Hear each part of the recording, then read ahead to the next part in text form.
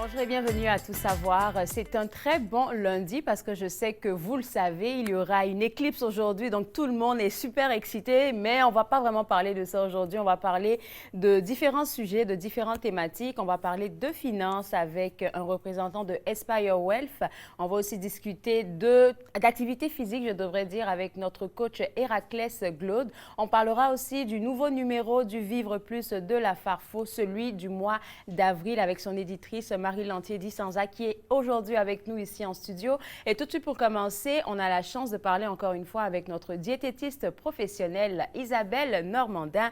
Et Isabelle veut nous parler aujourd'hui de manger équilibré. Et Isabelle, à vrai dire, on approche de l'été tout doucement. Et puis là, je me dis, tu sais quoi?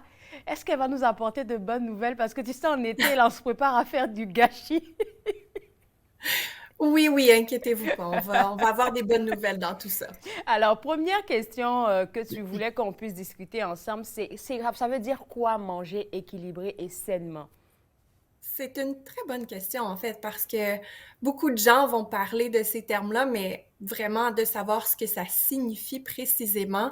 D'un point de vue diététiste, je vous dirais que manger sainement, ça veut dire manger une variété d'aliments. Donc, on va manger de différents groupes alimentaires. On va manger des aliments qui sont nutritifs. Donc, on veut dire là des aliments qui sont riches en vitamines, en minéraux, en fibres alimentaires, encore en protéines. Mais on veut aussi dire que manger sainement, c'est inclure des aliments qui sont bons pour l'âme. Donc, ces aliments-là, ce sont pas nécessairement des aliments qui ont de grandes propriétés nutritives, mais ce sont des aliments qu'on aime en bouche. Donc, on parle de pâtisserie, gâteau, chocolat. On parle aussi peut-être d'un petit verre de vin. Donc, ces aliments-là font aussi partie d'une alimentation équilibrée. En général, on dit si on peut manger selon la règle du 80-20. Donc, 80% du temps, on mange les aliments qui sont nutritifs, puis on se laisse un petit 20% du temps où on peut prendre des aliments là, justement, qui sont bons pour l'âme. Ça vient mettre un équilibre là, dans notre alimentation. C'est bon que tu mentionnes on peut prendre un petit verre de vin ou peut-être manger du Oui. chocolat parce qu'habituellement, quand on entend manger équilibré, les gens pensent tout de suite à la restriction. Et c'est pour ça qu'on ne veut pas embarquer dans je vais dire, dans cette folie-là de manger sainement parce qu'on se dit, ben, je vais me priver de tout ce que j'aime. Ouais. Souvent, ça amène un déséquilibre, en fait. Donc, quand on parle d'alimentation équilibrée, on parle pas de diète où c'est très restrictif ou où on aurait des règles alimentaires très strictes à suivre. C'est plutôt dans un éventail d'aliments où il n'y a pas un aliment qu'on va étiqueter comme étant bon ou mauvais pour la santé, mais c'est plus une panoplie d'aliments. Il y en a qu'on mange plus souvent, il y en a qu'on mange moins souvent. Et puis, il faut savoir aussi écouter les bons professionnels. C'est drôle qu'on parle de ça aujourd'hui parce que ce vendredi, j'avais une discussion avec deux amis. Là, c'était tellement drôle. Il y en a une qui m'a conseillé il y a des années auparavant que l'huile de canola était meilleure que les autres huiles. Et aujourd'hui, le discours, il a changé comme non, l'huile de canola, finalement, c'est pas bon. Il faudrait utiliser l'huile de coco pour ta cuisine. Enfin, plein d'affaires. Et puis, finalement, tu te dis, écoute, c'est où que tu vas chercher tes informations en tant que personne pour savoir exactement comment te nourrir de manière équilibrée et Ouais. sainement? Très vrai, puis je pense que le point que tu nous amènes ici, Claude Andrea, est très bon là en termes d'huile. Ben moi je vous dirais aller rechercher les services d'une professionnelle parce que dépendamment de vos conditions de santé, on va vous proposer les meilleurs gras pour vous. Donc ce n'est pas des indications qui sont pour la population en entier, mais il faut aller chercher, nous, avec, bon, notre situation de santé actuelle, ce serait quoi les meilleurs choix. Donc, allez voir avec une diététiste, ça vaut la peine. Et c'est toujours important de faire, parce qu'on va en parler, toi et moi, juste après la pause. Là, tu nous as donné des exemples précis de c'est quoi un repas équilibré. Et c'est toujours important, moi, je pense, de commencer cette éducation-là concernant la nourriture au bas âge avec les enfants. Parce que je l'ai vu avec mes neveux, C'est là, vrai. aujourd'hui, ils sont très gaga de légumes, de fruits. Ils ne prennent ça que pour les collations, en fait. Ils ne prennent pas autre chose. Et je pense que c'est Oui, important. absolument. Je pense que de plus en plus, les écoles sont sensibilisées à ça. On va apprendre aux enfants en bas âge aussi ce que c'est de bien s'alimenter. Donc, oui, ça vaut la peine d'être éduqué à ce sujet-là très jeune. Comme ça, ben, on maintient des bonnes habitudes. Puis, on est aussi au courant ou à l'affût là, de ce que c'est une saine alimentation. Donc, effectivement, c'est très bien. Je te garde avec moi, Isabelle. On va prendre une pause et juste après la pause, pour vous qui nous regardez, avec notre diététiste, on va discuter des différentes thématiques suivantes. On va parler de c'est quoi un repas équilibré, mais on ne va pas juste vous en parler, on va vous montrer des exemples. On va aussi discuter des collations. Les collations, ce n'est pas juste pour les enfants, mais nous autres, on en prend aussi. Et souvent, on n'en prend pas des bonnes. Donc, on va avoir des exemples précis de c'est quoi une bonne collation. Tout ça après la pause. On vous regarde et tout savoir.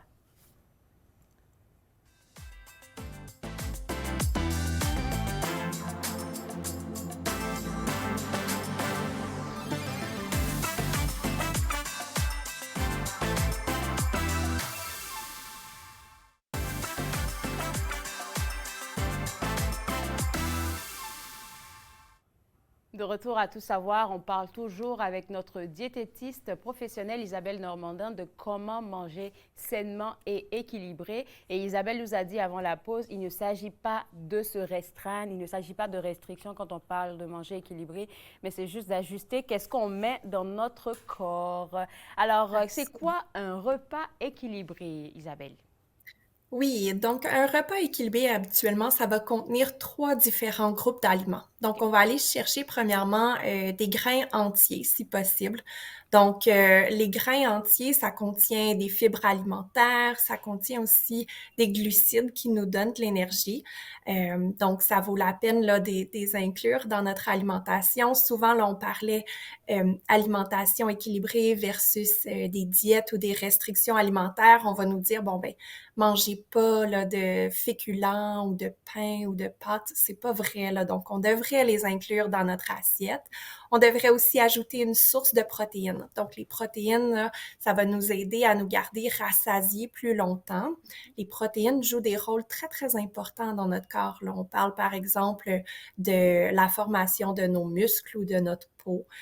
Ça fait aussi partie là, des particules qui vont créer les anticorps pour notre système immunitaire. Donc, on veut en consommer là, une bonne quantité.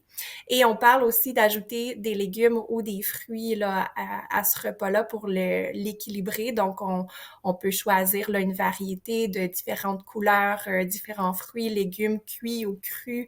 Ça, ces trois groupes d'aliments-là vont créer là, un repas équilibré. Et Pardon. je pense qu'on a l'image numéro un qu'on peut montrer aux téléspectateurs sur c'est quoi, comment tu as réparti ces différentes affaires-là. Mais si je veux revenir un peu sur les protéines, et vraiment Oui. me focuser pardon, sur la viande, mettre un focus sur les viandes.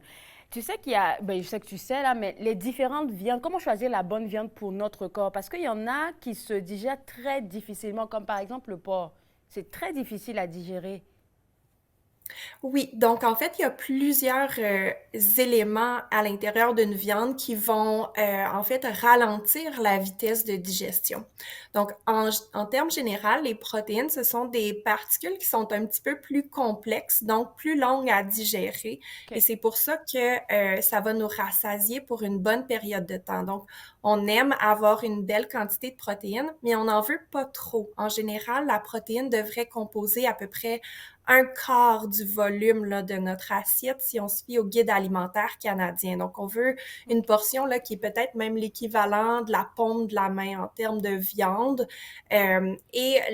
L'autre aspect qui rend là, peut-être les protéines un petit peu plus lentes à être digérées, c'est la quantité de gras qu'elles contiennent. C'est ça. Donc, on aime mieux avoir une viande qui est plus maigre, qui contient un petit peu moins de gras. Donc, on parle ici de la volaille, donc poulet, la dinde.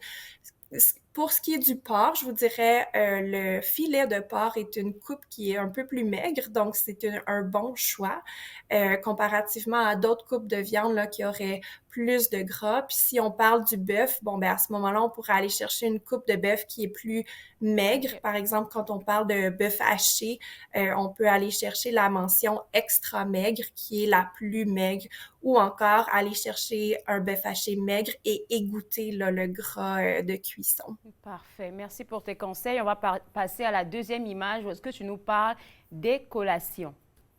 Oui, donc les collations équilibrées, ce ne sont pas un repas complet. Donc habituellement, dans un repas, on avait 3 groupes d'aliments. Mhm. Pour ce qui est des collations, on va souvent y aller un petit peu plus léger avec 2 groupes d'aliments. Donc dans les images là que je vous ai présentées, on a par exemple un peu de humus avec des légumes. Donc une protéine qui est le pois chiche ici dans le humus et des légumes. On pourrait avoir un petit peu de yogourt avec des fruits. Donc, on cherche à combiner une protéine avec un aliment qui est riche en fibres. Donc, 2 options là, qui sont rassasiantes puis qui vont nous donner des nutriments pour être capable là, d'avoir de l'énergie jusqu'au prochain repas finalement. Donc, ça peut être n'importe quoi. Alors, c'est quoi les horaires, selon toi, pardon, les bonnes horaires pour manger? Donc, on y va premièrement vraiment avec comment on se sent. Donc, si j'ai de l'appétit, ça veut dire que je devrais manger. Quand j'ai plus d'appétit, ben je ne mange pas. Donc, ça, c'est quelque chose qui semble très, très simple à dire, mais quelque chose qu'on oublie souvent par l'horaire de travail ou par la vitesse à laquelle la vie va présentement. On va manger en travaillant ou en regardant une émission de télévision, puis on n'a pas vraiment conscience là, de nos signaux de faim et de rassasiement. Donc, c'est la première chose à écouter. Ensuite de ça, la recommandation générale, c'est de prendre 3 repas par jour. Oui. Donc, on essaie de séparer ça sur l'entièreté de la journée. Et quand nos repas sont séparés de plus de 3 ou 4 heures, si on a la faim entre ça, on peut manger une collation équilibrée. Donc, la collation va nous permettre d'arriver au prochain repas avec un peu d'appétit, mais pas en étant affamé. Et là, c'est souvent dans ces occasions-là où on mange trop parce qu'on a tellement faim, on mange rapidement, puis on termine le repas, on se sent pas bien parce que la quantité était trop volumineuse. Donc, la collation nous permet d'éviter ça, puis de maintenir notre énergie là, au courant de la journée. Moi, je veux, tu sais, dernièrement, je vais me permettre d'en parler. Là, il y a les chrétiens catholiques qui ont fait un jeûne de 40 jours, des gens qui jeûnaient. Et en ce moment, je pense Oui, qu'il y a le jeûne musulman. Et il y a des personnes qui se permettent de jeûner parce qu'elles ont juste envie de prendre soin de leur corps. Et je pense que tu as peut-être quelques petits conseils, pardon, quelques petits conseils à partager avec ces gens-là. Parce que quand on parle de jeûner et qu'on doit reprendre à manger, il ne faudrait pas y aller de manière brusque pour le corps. absolument. Absolument. Donc, il faut réapprendre un peu au corps là, à revenir à un horaire, si on veut, au courant de la journée, parce que, bon, dépendamment de la culture, de la religion, certains jeûnes se font là au coucher du soleil et Oui. avant le lever du soleil. Donc, tranquillement retourner à un horaire de repas donc de jour ou qui est équivalent à notre propre horaire de travail ou notre style de vie quotidien. On y va tranquillement, donc avec des plus petites portions et tranquillement, on se réadapte là, à manger euh, au courant de la journée typique.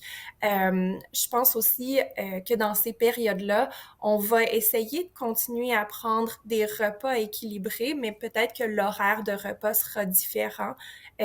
Et encore là, repas équilibré inclut des aliments où on se permet là, une petite traite, des aliments plus sucrés, mais de maintenir là, des aliments comme des légumes, par exemple, ou des bonnes sources de protéines, Mhm. malgré le fait que notre horaire est un peu différent. Merci beaucoup Isabelle. Écoute, je vais te laisser aller. On aurait pu discuter de comment lire une étiquette nutritionnelle, mais il nous manque du temps. Donc, ça sera peut-être pour la chronique de la prochaine fois, comment lire une Absolument. étiquette nutritionnelle. Je te souhaite une bonne journée et puis je pense que Merci. toi aussi, tu vas avoir prendre du temps pour observer cette éclipse-là que tout le monde attend.